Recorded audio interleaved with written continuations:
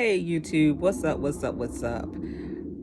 I know that I am late, almost a week late with my recap with spoilers, Raising Kanan finale. But look at it like this: I let everybody else get theirs out the way, so now here is mine bringing up the rear. It was episode 210, simply titled "If You Don't Know, Now You Know." And like I said, it was the finale.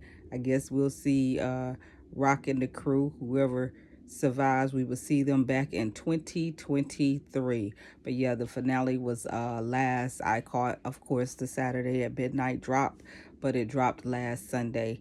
And it was the finale. It did not disappoint. I thoroughly enjoyed it. My predictions were Rock was either going to get hurt or killed.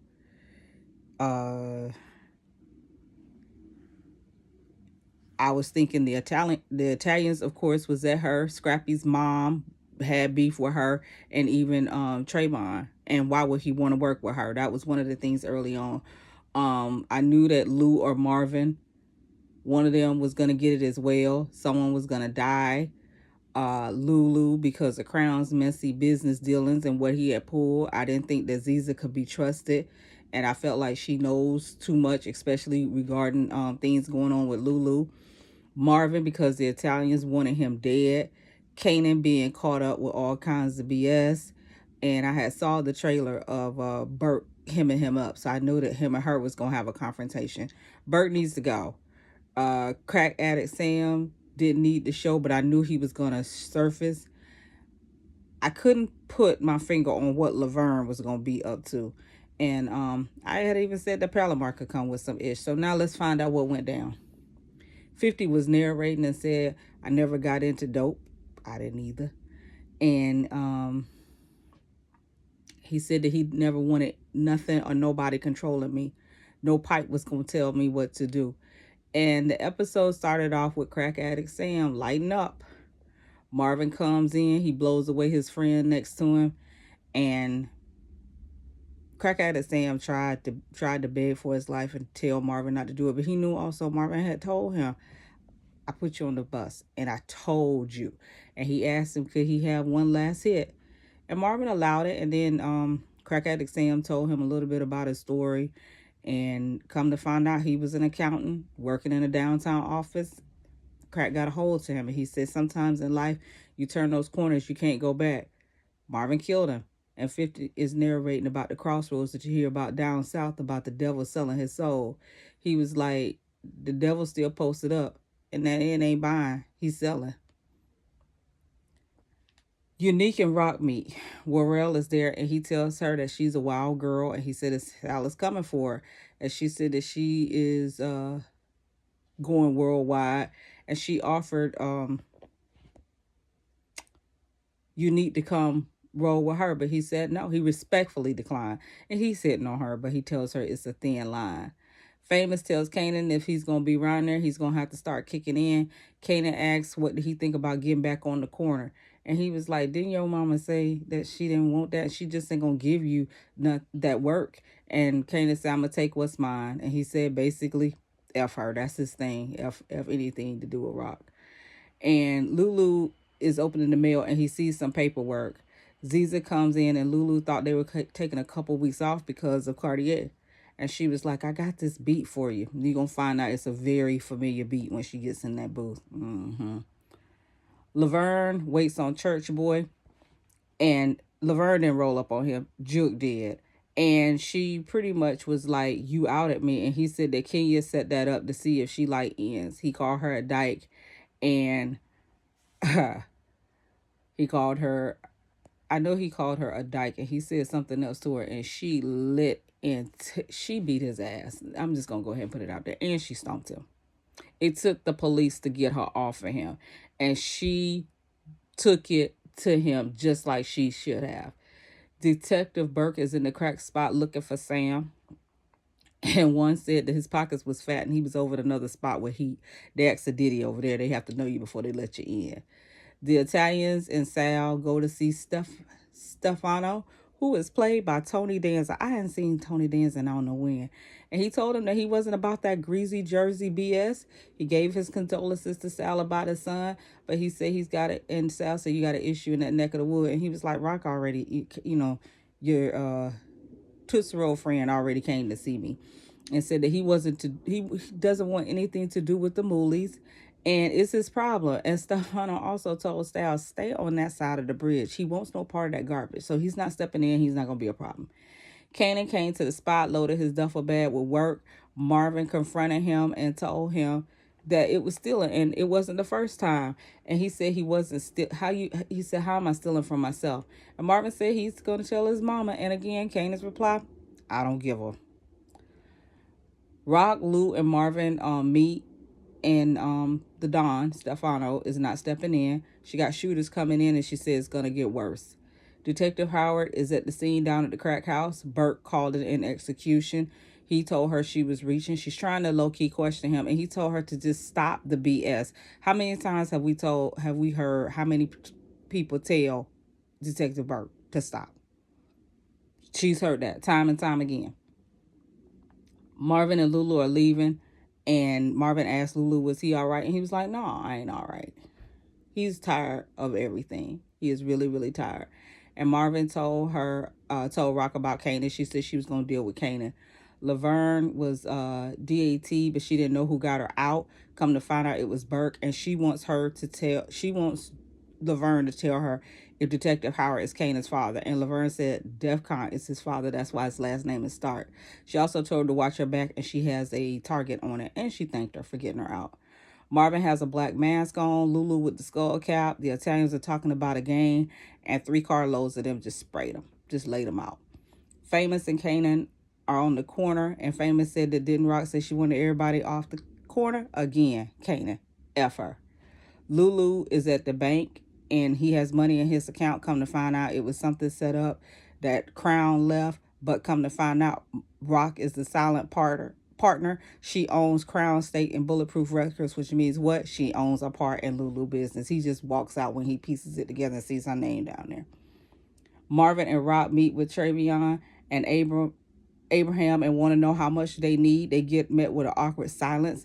They tell them they don't need their package. They pay them, and they tell them that they're good. They don't need another middleman. Marvin said they went around us and cut a deal with Joaquin. They paid Rock, and they left.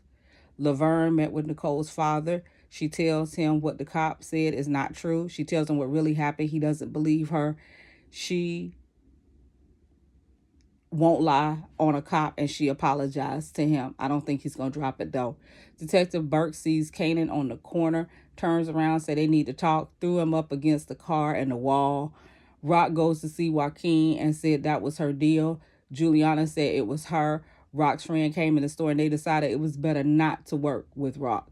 She said that she can find another connect. Juliana said, and you should find another. Joaquin said she's dangerous. Juliana said, so am I. A lot of women had a lot of problems with this, and like she got all this smoke for Rock. Where was her smoke for her ex-husband? Being in an abusive relationship is totally different than dealing with another woman.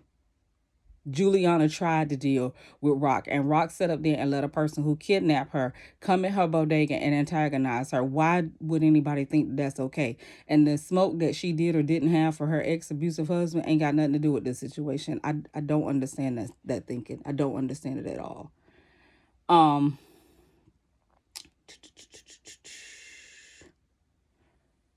Detective Burke takes Kanan to the park and questions him about Detective Howard. She begins talking about Rock and who is his father, called Rock a snitch. She attempted to arrest Kanan for possession. He pushed her down and ran. Marvin comes in and lays down. He hears a noise upstairs. He pulls a gun and find out it's Laverne, and she's back in. And he asked if she moving back in. She told him yeah, and he said that they're all they got. Rock is in her nice big empty house alone. She picks up flowers, reads the cards, throws them against the wall. Lulu walks in and lights up, and he said, when were you going to tell me? She said, I can't do this right now. Lulu said, you all up in my labor. She said, I've been all up in your labor. Everything you have, I gave you. And she told him that Scrappy was a mistake and said that they keep doing the same ish.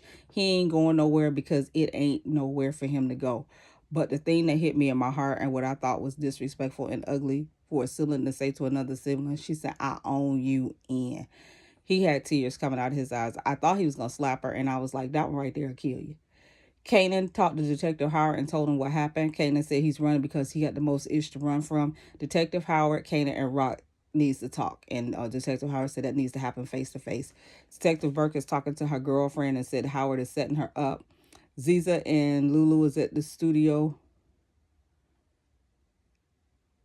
Aziza's at the studio. Lulu comes in and he said he's leaving and he's never going to work there because of his sister. Marvin is at the spot. Unique and Warrell is talking about crackheads being old ends and how the game may be dying and they got to change business. Guys shooting dice. Rod looks at Kanan's baby picture and he's in the car with Detective Howard. Sal goes to the jukebox and plays "Oh What a Night" and dances. The crew gets killed at the spot.